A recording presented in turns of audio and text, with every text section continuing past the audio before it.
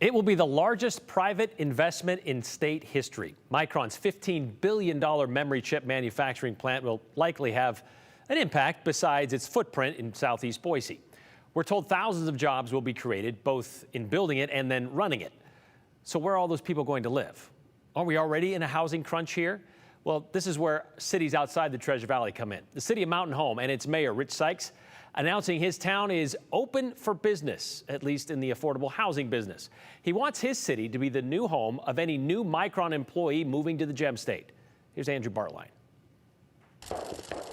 Micron's brand new $15 billion manufacturing fab should open in 2025, which begs the question, where will these 2,000 new Micron employees live, while the city of Trees already faces a housing crisis?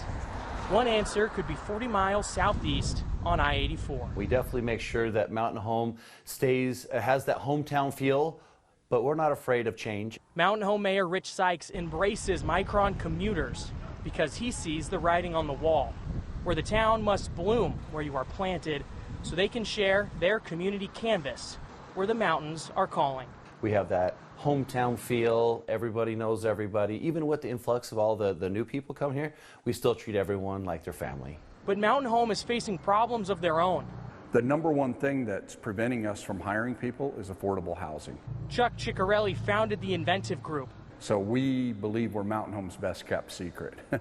The Inventive Group is a manufacturing company for off-road, fishing, and towing gear. Their employment is capped at 108, only because that's all they can get these days.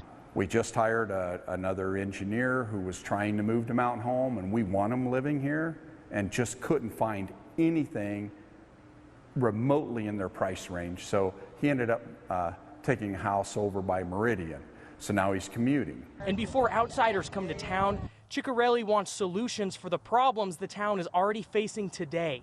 And I think you need to take care of the people here before you take care of those. I mean, I don't want to give up one of our employees' homes for somebody to commute to Micron.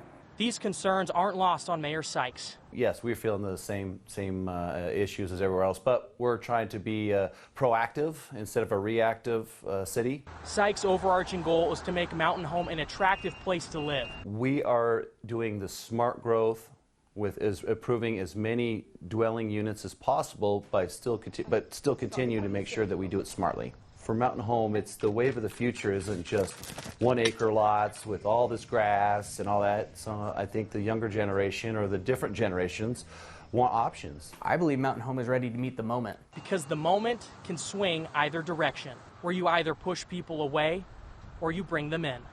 Idaho is only going to stay Idaho if we can hang on to our most precious commodity, which is our children.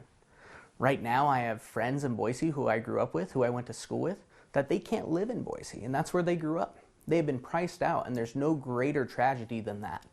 So we understand that if we can't diversify our housing, if we don't do anything different, then the soul of Mountain Home, what really makes Mountain Home, its people, its children won't be here anymore.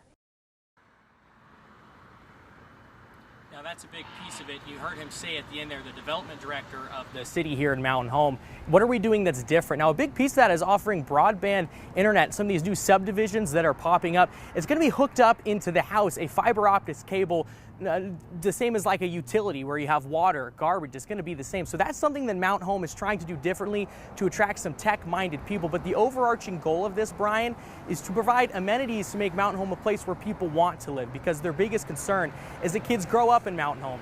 They get a college education at Boise State, University of Idaho. Maybe they go out of state, but they might realize they don't want to come back to Mountain Home because it doesn't have the amenities, the housing, the options that they want. So they want to at least provide people a reason to stay or at least come back. That's their big goal.